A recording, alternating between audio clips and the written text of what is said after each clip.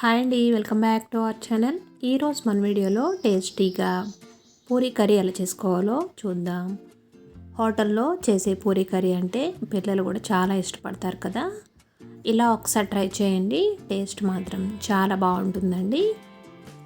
ఈ పూరీ కర్రీ చాలా సింపుల్గా మార్నింగ్ టైంలో టైం లేనప్పుడు ఇలా 10 నిమిషాల్లో చాలా ఈజీగా చేసుకోవచ్చండి.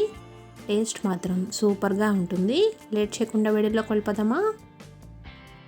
ముందుగా దీనికోసం స్టవ్ వెలిగించి ప్యాన్ పెట్టుకొని 4 టేబుల్ స్పూన్ ఆయిల్ వేసుకోవాలి. 1 టేబుల్ స్పూన్ ఆవాలు, 1 టేబుల్ స్పూన్ జీలకర్ర, 2 ఎండుమిర్చి, 2 పచ్చిమిర్చిని పొడవుగా కట్ చేసుకొని వేసుకోవాలి. చిన్న అల్లం ముక్క ఇలా ముక్కల కింద కట్ చేసుకొని వేసుకోవాలి. 2 రెబ్బల కరివేపాకు వేసుకొని వీటిని ఒక 2 నిమిషాలు ఫ్రై చేసుకోవాలి.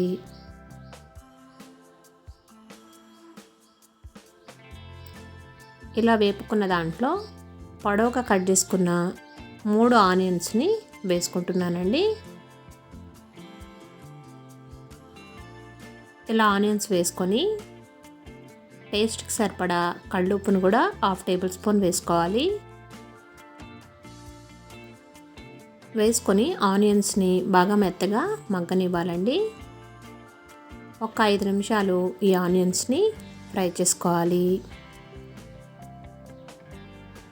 ఆనియన్స్ ఫ్రై అయ్యేలోగా ఒక బౌల్ తీసుకొని దాంట్లో 3 టేబుల్ స్పూన్ల శనగపిండి వేసుకోవాలండి.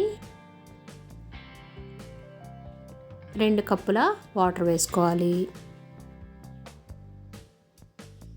టోటల్గా ఈ కప్పు నిండా మనం శనగపిండిని వాటర్లో వేసుకొని కలుపుకోవాలండి.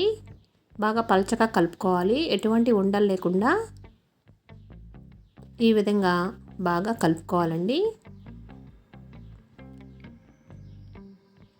ఇలా కలుపుకొని పక్కన పెట్టుకోవాలి. ఆనియన్స్ ఈ విధంగా ఫ్రై అయిన తర్వాత ఇప్పుడు వాటర్ని యాడ్ చేసుకుందాం. 1 కప్పు శనగపిండి మిశ్రమానికి 1.5 కప్పు వాటర్ వేసుకోవాలండి. 1.5 కప్పు వాటర్ వేసుకుంటున్నాను.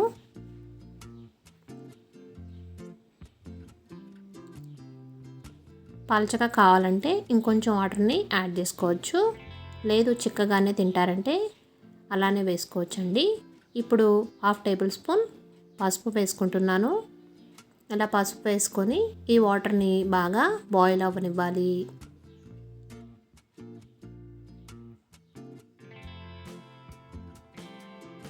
ఇలా కలుపుకొని ఒక 5 నిమిషాలు బాయిల్ చేసుకోవాలి. వాటర్ ఈ విధంగా బాయిల్ అవుతుండగా ముందుగా మనం కలిపి పెట్టుకున్న శనగపిండి మిశ్రమాన్ని వేసుకుంటున్నాను. నిదానంగా కలుపుకుంటూ వేసుకోవాలండి. ఫ్లేమ్ని మీడియం ఫ్లేమ్లో పెట్టుకొని నిదానంగా కలుపుకుంటూ వేసుకోవాలి. శనగపిండి వెంటనే చిక్కబడుతుంది కాబట్టి ఫ్లేమ్ని మీడియం ఫ్లేమ్లో పెట్టుకుంటూ నిదానంగా కలుపుకుంటూ వేసుకోవాలండి. ఇంకొంచెం స్పైసీనెస్ కావాలంటే పెప్పర్ పౌడర్ యాడ్ చేసుకోవచ్చు. నేనైతే 1/2 టేబుల్ స్పూన్ పెప్పర్ పౌడర్ వేసుకుంటున్నాను. ఇష్టం లేకపోతే స్కిప్ చేయొచ్చండి. 1/2 టేబుల్ స్పూన్ పెప్పర్ పౌడర్ వేసుకొని ఒకసారి బాగా కలుపుకుంటూ 2 నిమిషాలు కుక్ చేసుకోవాలి.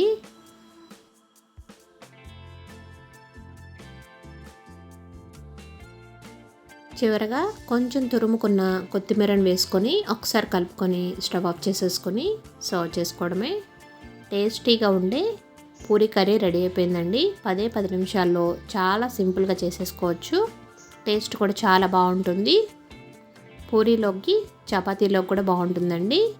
ఇది ఒక బౌల్లోకి సర్వ్ చేసుకుందాం. పూరీ కర్రీని మీరు ఎలా చేస్తారో నాకు కామెంట్ సెక్షన్లో కామెంట్ పెట్టండి.